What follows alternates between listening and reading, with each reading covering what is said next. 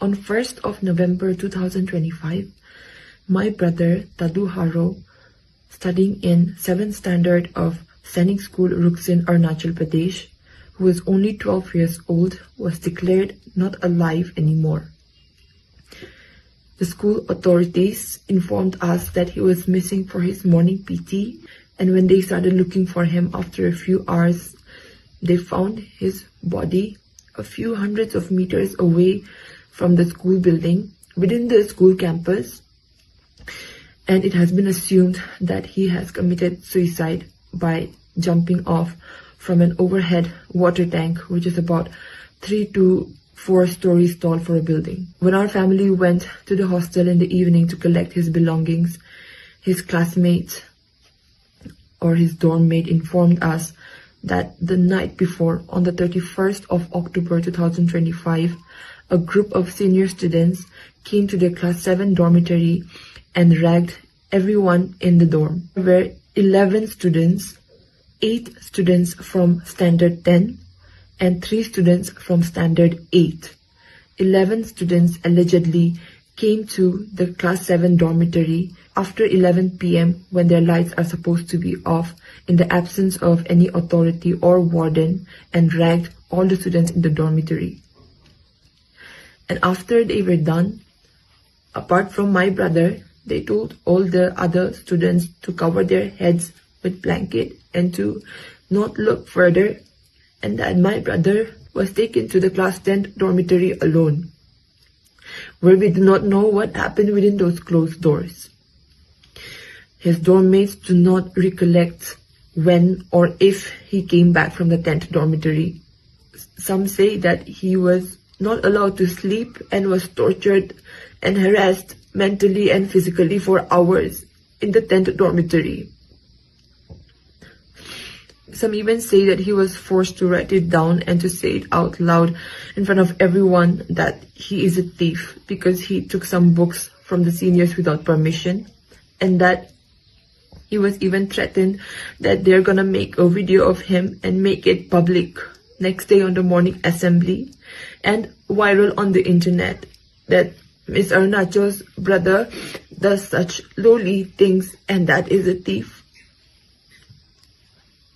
I never thought that my name could ever be any sort of burden to my brother. And on his last few hours, the investigation officer, through CCTV footage, showed us a small clip of my brother at around 5:40 a.m. in the morning, where he was going up and down restlessly in the dorm, clearly showing how mentally stressed and restless he was feeling. And he was also seen going into a classroom and writing down a note. And he tore the paper afterwards, but when it was obtained by the police, his last words were, "Seniors tortured me a lot and I don't know what I will do now." He was only 12 years old, the same age as I was when I first held him in my arms. And I don't think any 12 years old is supposed to go through that kind of torment or torture, which we still are unaware about to some extent, that he had to take such a step. When we cross-questioned the seniors, they had to say that we were also ragged by our seniors, so it is natural for us to do it to our juniors as well. Whereas the fact remains that when you enter Sainik school, you sign an undertaking that if you are ever involved in any sort of bullying or ragging or any such stuff, you are to be rusticated immediately.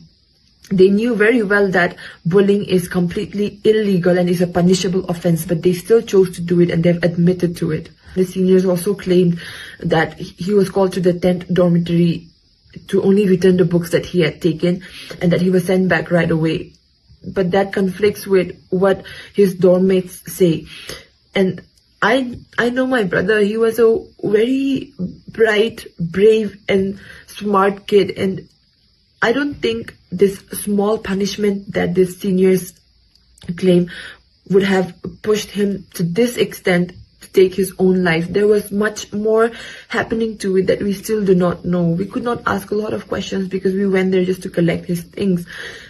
But it has been 4 days and there has been no update on the post-mortem and not much of progress in the investigation as well. There were CCTV footages in every single room, and I, as a family, we fear that what if there is any sort of outer indulgence and involvement which does not serve justice to my brother. As we know all the names of the accused, I am a daughter of this state, and I plead to every single person watching this to help me serve justice for my brother, because I have lost my brother today, but it could have been anyone, and it can be anyone in the future if we do not take the right steps for it.